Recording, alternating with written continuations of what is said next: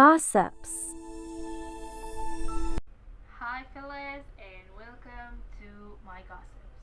المرة دي مش to my journey لأن المرة دي هنلغي شوية، والرغي المرة دي هيكون عن كي دراما. بالنسبة لي أنا ما بحبش أتفرج على أي كي دراما عليها ضجة. ليه؟ بتطلع so overrated في الآخر. فأنا بيقع في حظي شوية كي دراما underrated محتاجين ان الناس تتكلم عليهم شويه. كنت بقعد اقول هو ليه محدش بيتكلم عليهم، فقلت ليه انا ما اطلعش اتكلم عليهم.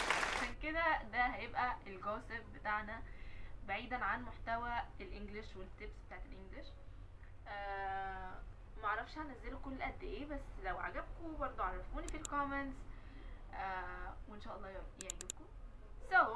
هنبدأ نتكلم على الكي دراما اللي انا متابعاها حاليا 2024. الكي دراما اللي انا متابعاها حاليا اسمها The Judge from Hell او القاضية من الجحيم. اول كي دراما تشدني في موضوع ان الفيمينين هي اللي بتليد، هي اللي واخده الكنترول. ليه؟ لان هي اصلا تعتبر قاضية من الجحيم، هي اصلا قاضية من الجحيم فعلا. يعني هو شوية فانتزي، يعني شوية خيال. بداية الكي دراما اصلا بنت مرمية على الارض، وبعد لما صحيت لقيت نفسها داخلة النار من الاخر. فهي استغربت، هي اللي already got and استغربت ان هي اللي حصل فيها كده، وهي اللي داخلة الجحيم. يعني هي لقيت اتنين كده واقفين بيحاسبوا واحد على اغلاطه، وانت عملت كذا، يقول لهم لا انا ما عملتش ومش عارف ايه وسامحوني. في الاخر بتسند him to hell. المهم هي بتبقى الجادج فروم هيل اند هير اسيستنت، يعني المساعد بتاعها. فهي لما دخلت قالت لهم انا ما عملتش حاجه، فهي قالت لها كل اللي بيخش هنا بيقول انا ما عملتش حاجه ومش عارف ايه، و she sent her to hell. بعدين بقى الكبير بقى الجحيم بقى خالص بيجي يقول لها اللي انت عملتيه ده غلط، انت كان المفروض تسمعيها قبل ما تحكمي عليها، انت المفروض اللي بتحكمي على الناس هنا، فازاي انت ما سمعتهاش وما اديتلهاش فرصه ان انت تسمعيها. فيحكم عليها ان هي تنزل الارض وتاخد جسم البنت اللي هي حكمت عليها دي، وتنزل الارض وتعيش حياتها عادي جدا. فطبعا نزلت الارض بشخصية هي البنت دي اصلا كانت قاضي في الحياة الواقعية، فنزلت بشخصية القاضي دي على ارض الواقع، وقالت ان هي فقدت الذاكرة بقى ومش فاكرة معظم الحاجات. المهم القصص هتبتدي بايه؟ ان هو مش بس حكم عليها ان هي تنزل الارض، هو كمان حكم عليها ان هي تقتل 10 اشخاص. فال10 اشخاص دول المفروض ان هم قتلوا ناس، اولا ما تابوش عن ان هم عملوه، وما طلبوش السماح من الاشخاص اللي هم قتلوا.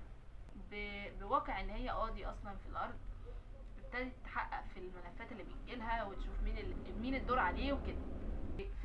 فعلا اول مرة اشوف مسلسل بيشفي غليلي من سيريال كيلر. او ماي جاد جماعة، اللي حصل فيه المفروض يتذاع كده حرفيا يتذاع. لان هي مش بس بتحكم على الناس كده وخلاص وتبتدي ان هي تقتلهم، لا، هي اولا بتحكم عليهم في المحكمة بان هم خلاص حكم احكام مخففة، فده اللي بيخلي الناس تقلب عليها. اللي من الناس ما بتشوفوش بقى ان هم بعد ما بيخرجوا من السجن اللحظة دي هي بتبقى الجحيم بالنسبة لهم، لان هي بتاخد الناس توريهم اللي عملوه في الضحايا بتوعهم، بتعيشهم اللي هم عملوه للضحية، وبتخليهم يتمنوا الموت حرفيا. وبعد ما كانوا بينكروا ان هم ما عملوش كده، بيبتدوا يعترفوا ان هم عملوا كده فعلا، وبيبقى خلاص هي دي نهاية حياتهم، she will gonna send them to hell right away على طول. لحد ما بيجي بوليس مان وبيبتدي يشك فيها وفي افعالها.